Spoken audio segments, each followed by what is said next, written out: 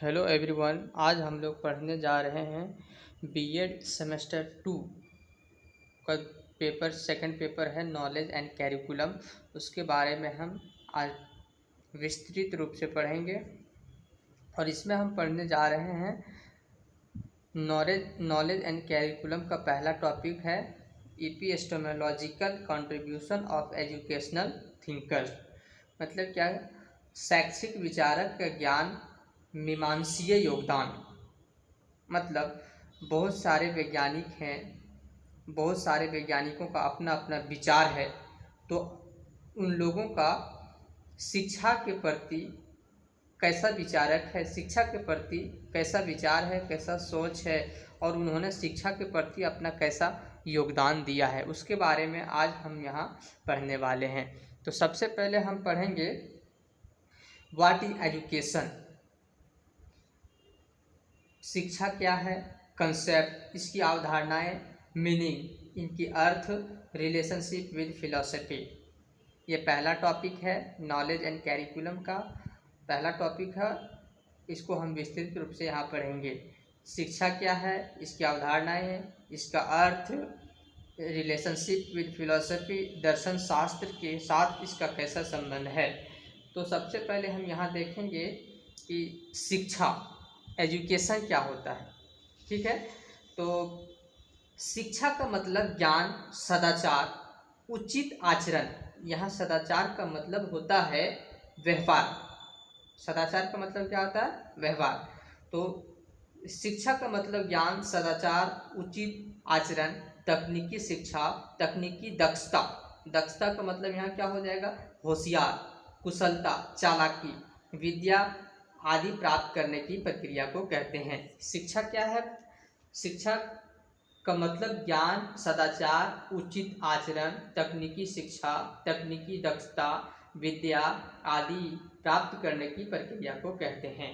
ठीक है, शिक्षित होना मतलब अक्षरों या शब्दकोशों को समझ लेना या फिर पढ़ लेना या लिख लेना नहीं है। मानवीय मर्म या कर्म को समझना ही वास्तव में शिक्षित होना है। मतलब मानव के रहस्य को, उनके कर्मों को समझना ही वास्तव में शिक्षित होना है। केवल हमें शब्दों को पढ़ लेना, शब्दों को समझ लेना, शब्दों को लिख लेना, शिक्षा का इनमें कोई मतलब नहीं निकलता है। क्योंकि जीवन में अक्सर अनपढ़ जीव भी हमें बहुत कुछ सिखा देते हैं।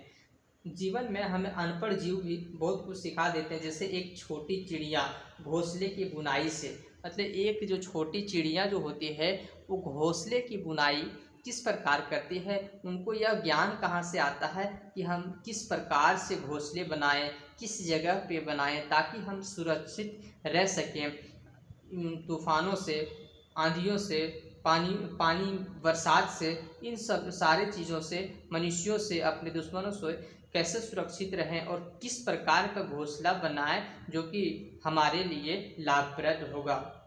तो उनसे भी हमें कुछ सीख मिलती है। और बुनाई नन्ही सी चींटी अपने काम से, और जिस प्रकार चींटी अपने काम को अंजाम देती है उससे भी हमें बहुत सारा कुछ सीखने को मिलता है। शिक्षा समाज एक पीढ़ी द्वारा अपने से निचली पीढ़ी को अपने ज्ञान के हस्तांतरण का प्रयास है। इस विचार से शिक्षा एक संस्था के रूप में काम करती है जो व्यक्ति विशेष को समाज से जोड़ने में महत्वपूर्ण भूमिका निभाती है तथा समाज की संस्कृति की निरंतरता को बनाए रखने की प्रयास करती है। बच्चा शिक्षा द्वारा समाज के प्रतिमानों एवं मूल्यों को सीखता है। बच्चा समाज से तभी जुड़ पाता है जब वह उस समाज के इतिहास से अभिमुख होता है। अतः हम कह सकते हैं कि शिक्षा हम मनुष्यों की मूलभूत इकाई है।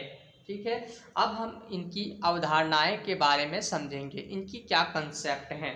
ठीक है, शिक्षा एक महत्वपूर्ण और सर्वव्यापी विषय है। शिक्षा क्या है? एक बहुत ही अत्यंत महत्वपूर्ण और सर्वव्यापी, ठीक है, इस सर्वव्यापी विषय है, बहुत बड़ा है ये। इसको हम कह सकते हैं बहुत बड़ा है, ठीक है। यह मानव की एक विशेष उपलब्धि है, यह मानव की क्या है, एक विशेष एक खास उपलब्धि है। शिक्षा मानव विकास का मूल साधन है, ठीक है। मानव शिक्षा द्वारा ही अपनी वाणी, विवेक, सामाजिकता, सृजनशीलता से विभूषित होता है, ठीक है। मानव जो होता है वह शिक्षा के द्वारा ही अपने बुद्धि के निर्माण करता है, सामाजिकता से समाज के साथ जुड़ता है, नई नई चीज़ों को सृजन करता है, सारे चीज़ ये शिक्षा से जुड़े हैं। इसके द्वारा मनुष्य की जन्मजात शक्तियों का विकास, उनके ज्ञान व कौशल में वृद्धि तथा व्यवहार में परिवर्तन किया जाता है। मतलब शिक्षा के माध्यम से ही मनुष्य के व्यवहार में परिवर्तन होता है और उनके कौशलों में, उनके ज्ञान में वृद्धि होती है। यह कार्य मनुष्य के जन्म लेते ही शुरुआत, यह कार्य जो होता है मतलब जब कौन सा कार्य, मतलब मनुष्य के ज्ञान में वृद्धि होना, मनुष्य के सोच में वृद्धि होना, उनकी बुद्धि में वृद्धि होना, यह कार्य कब से शुरुआत हो जाता है, जब मनुष्य जन्म लेता है, ठीक है। यह कार्य मनुष्य के जन्म लेते ही शुरुआत हो जाता है। उस समय वह बोलना, चलना, उठना, बैठना कुछ भी नहीं जानता। जिस समय एक छोटे नन्हे बालक का जन्म होता है उस समय उनको कुछ नहीं आता है, ना ही बोलना आता है, ना ही चलना आता है, ना ही उठना आता है और ना ही बैठना आता है, कुछ भी नहीं आता है।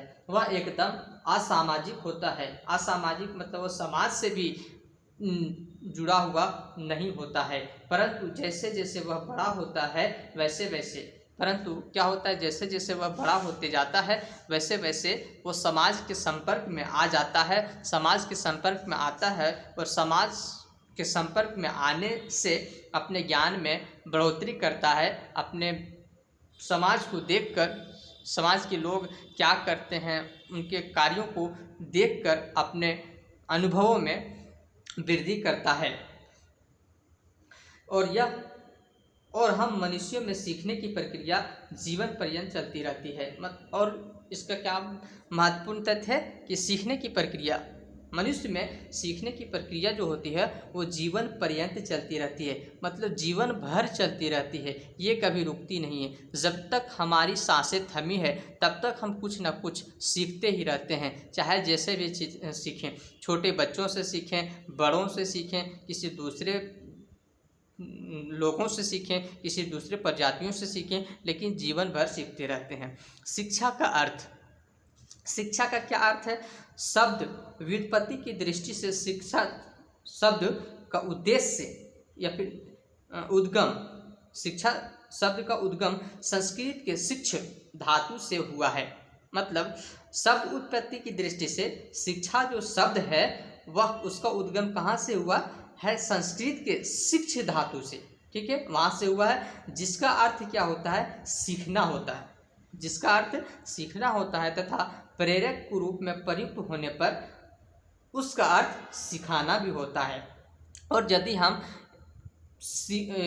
शिक्षा का अर्थ प्रेरक के रूप में उपयोग करें तो उसका अर्थ बदल जाएगा, सीखना भी हो जाता है। अतः शिक्षा का अर्थ सीखना और सिखाना दोनों से होता है, ठीक है। अब हम देखते हैं कि शिक्षा का जो दर्शन शास्त्र से किस प्रकार संबंध रखता है।